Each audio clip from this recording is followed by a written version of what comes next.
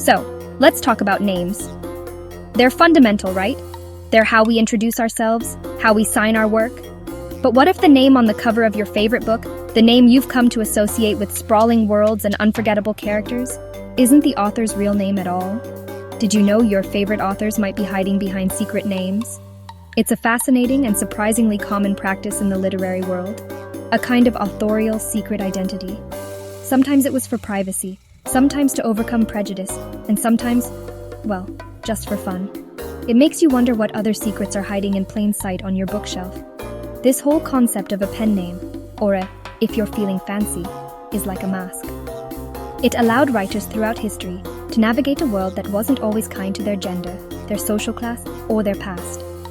It gave them the freedom to experiment with different genres, or to simply see if their work could succeed on its own merit, without the baggage of their real identity. It's a testament to the idea that the story is what truly matters, not necessarily the person who wrote it, or at least not the name they were born with. And that's what we're diving into today. We're pulling back the curtain on some of literary history's greatest masquerades. In this video, we reveal the real names behind 24 famous pen names. Some will definitely surprise you.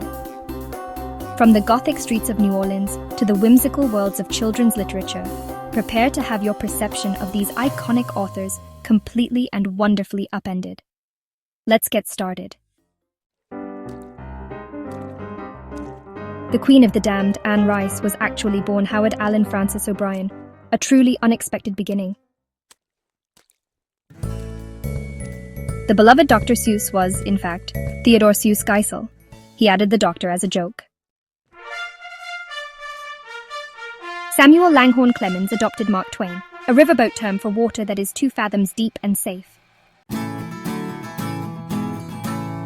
So the poems and novels of Acton Bell were actually the work of the youngest Bronte sister, Anne Bronte. Similarly, the iconic Jane Eyre was published under the masculine-sounding pseudonym of Currer Bell, hiding Charlotte Bronte's identity. And to complete the trio, the passionate and haunting Wuthering Heights was penned by Ellis Bell, also known as Emily Bronte. Marianne Evans chose the pen name George Eliot to make sure her work was taken seriously, especially in a male-dominated literary world. O. Henry, known as the master of the twist ending, was actually William Sidney Porter, who probably adopted this name while he was in prison.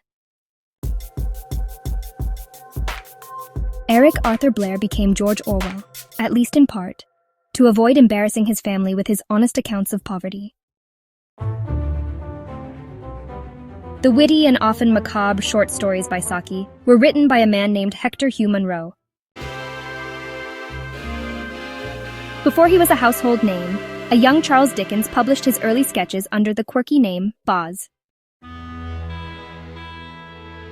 The celebrated essayist Charles Lamb adopted the persona of Elia for his writings in London Magazine.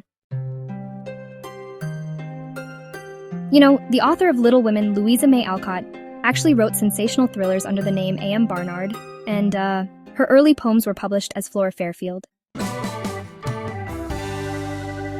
The man who, well, took us all to Narnia, C.S. Lewis, was actually born Clive Staples Lewis, but interestingly, he was called Jack. The great Hindi writer Prem Chand, whose stories really shaped Indian literature, was actually born Dhanpat Rai Srivastava, and, he first wrote under the name Nawab Rai. So here's something interesting. When he was just a teenager, Benjamin Franklin, one of America's founding fathers, actually wrote witty commentary under the name Silence Dogged. And you know, the fantastical world of Wonderland was dreamed up not by Lewis Carroll, but by Charles Lutwidge Dodgson, who was in fact a mathematician. Also, the Queen of Crime, Agatha Christie, secretly wrote 6 romance novels under the very different name Mary Westmacott. François-Marie Arouet, a giant of the Enlightenment, became Voltaire, likely an anagram of his Latinized surname. The influential and controversial author of Atlas Shrugged, Ayn Rand, was born Elisa Zinovyevna Rosenbaum in Russia. Nobel Prize-winning poet Pablo Neruda was born Ricardo Eliezer Neftali Reyes Basualto, adopting his pen name in his teens. Maya Angelou. The iconic poet and memoirist Maya Angelou entered the world as Marguerite Annie Johnson, a truly beautiful name. Richard Bachman. Stephen King created Richard Bachman to see if he could get famous again, publishing several chilling novels. Isaac Bickerstaff. Gulliver's Travels author Jonathan Swift once created the elaborate hoax of an astrologer named Isaac Bickerstaff. And there you have it. 24 masks pulled away from 24 literary giants. It's kind of amazing, isn't it? To think that the names we've held in such high regard are, in many cases, elaborate constructs. It changes how you see the books on your shelf, adding another layer of story to the stories themselves. From Samuel Clemens's Riverboat Call to the Bronte sisters' strategic choice of masculine names, each pseudonym tells a tale of ambition, necessity, or pure creative whimsy. It reminds us that an author's life is often as complex and fascinating as the fictional worlds they create for us. These pen names are more than just trivia. They are a window into the author's world and the societal pressures they faced. For Marianne Evans to become George Eliot, or for Amantine Lucille Aurora Dupin to become George Sand, which, spoiler, we'll talk about next time, was a revolutionary act. It was a claim to intellectual space. For Stephen King, it was an experiment in pure talent. For Benjamin Franklin, a youthful prank with a purpose. The reasons are as varied and human as the authors themselves, which I think is just beautiful.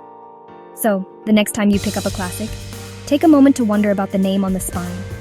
There might be a whole other person, a whole other history, waiting to be discovered. Which pen name surprised you the most? Was it learning that Dr. Seuss wasn't a real doctor, or that the queen of Gothic fiction was born Howard? Let us know in the comments and stay tuned for part 2. Thank you for watching.